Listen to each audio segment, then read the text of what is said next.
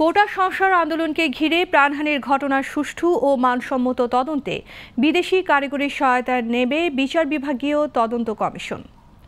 এরই মধ্যে জাতিসংঘের সহায়তায় এই আগ্রহকে স্বাগত জানানো হয়েছে বলে জানান প্রধানমন্ত্রী শেখ হাসিনা।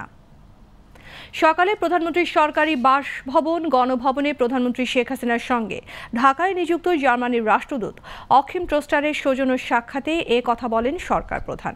সাক্ষাৎ শেষে প্রধানমন্ত্রীর প্রেস সচিব নাইমুল ইসলাম খান জানান, জার্মানির রাষ্ট্রদূত অখিম ট্রস্টার ও প্রধানমন্ত্রী শেখ হাসিনার মধ্যে দুদেশের পারস্পরিক স্বার্থ সংশ্লিষ্ট বিষয়ে আলোচনা হয়।